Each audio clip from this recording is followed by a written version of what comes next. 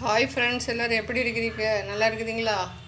கத்திரிக்காய் தீயல் வைப்போமா? இதோ பார்த்துக்கோங்க. ஃப்ரெஷ்ஷாக தோட்டத்துலேருந்து பறிச்சுட்டு வந்தேன் 2 கத்திரிக்காயை. அதை கட் பண்ணி 1 மணி நேரம் தண்ணியில் போட்டிருந்தேன். ஏன்னா அது வந்து காரல் போனேன்ல ஃப்ரெண்ட்ஸ், அதற்காக தான். ஓகேவா? அப்போ தான் அதில் உள்ள காரல் தன்மை போயிடும். பிறகு தாளிசம் பண்ணி கடுகு 2 வெந்தயம் போட்டுக்கோங்க. சூப்பர் வாசனையாக இருக்கும், அதுக்காக தான். சரியா? வெந்தயம் போட்டுக்கோங்க, மறந்துடாங்க. கடுகு வெந்தயம் பொட்டின பிறகு கருவேப்பிலை போடும். சரியா?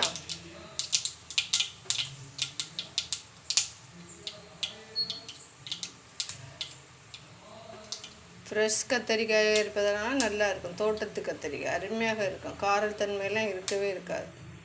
1 மணி நேரம் கட் பண்ணி தண்ணியில் ஊற போட்டிருக்கிறேன். இன்னொன்று சிறிதாக நறுக்கி வைத்துள்ள வெங்காயம் போட்டு வதக்கிக்கணும். லைட்டாக வதக்கினா போதும், ரொம்ப எல்லாம். இந்த மாதிரி லைட்டாக வதக்கிட்டு கட் பண்ணி வச்சுருக்கேன்ல கத்திரிக்காயை அதில் போட்டுரும்.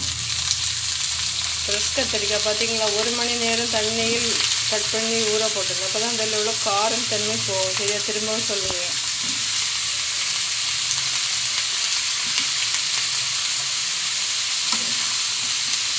வாசனை ரொம்ப அதிகமாக இருக்குது. காரணம் ஏன் தெரியுமா? வெந்தயம் போட்டோம் பார்த்தீங்களா, அதான். சூப்பராக இருக்கும் ஃப்ரெண்ட்ஸ்.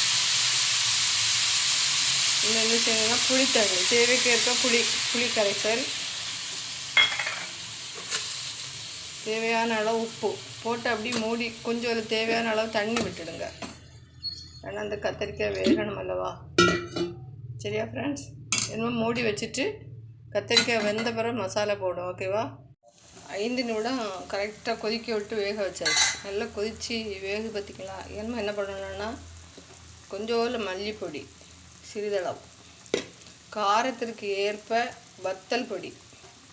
நான் கொஞ்சம் அதிகமாக தான் போடுவேன். கொஞ்சோண்டு பெப்பர் பவுடர், நல்ல மிளகு பொடி. கலருக்காக என்ன செய்யணும்னா கொஞ்சோண்டு மஞ்சள் பொடி. இது நான் வீட்டிலே ரெடி பண்ண மஞ்சள் தோட்டம் போடுவேன், அதில் ரெடி பண்ணது. ஓகேவா? இனிமேல் என்ன செய்யணும்னா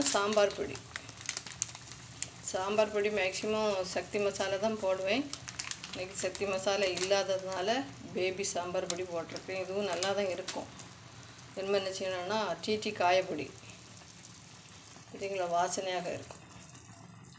டீ காயப்பொடி எல்லாத்தையும் மிக்ஸ் பண்ணிவிட்டு இன்னும் ஒரு 5 நிமிஷம் அல்லது ரொம்ப போட்டு வதக்கக்கூடாது. கத்திரிக்காய் குழஞ்சிடும். அப்படியே துண்டு துண்டாக தான் இருக்கணும். அப்போ தான் சூப்பராக இருக்கும் சாப்பிட. திரும்ப மூடி விட்டுறணும். பார்த்தீங்களா ஃப்ரெண்ட்ஸ், ரெடி ஆகிட்டு. சூப்பராக இருக்கும். வெள்ளை சாதத்தை கூட தொட்டு சாப்பிட கத்திரிக்காய் தீயல். வெள்ளை சாதத்தை கூட டேஸ்ட் பண்ணிவிட்டு சொல்கிறேன்.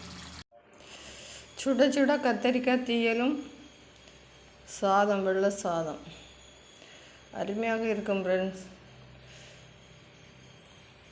சூப்பராக இருக்குது. ஆனால் கொஞ்சம் உரைப்பு தான் ஜாஸ்தி. ஏன்னா நான் உரைப்பு நல்லா எடுப்பேன்.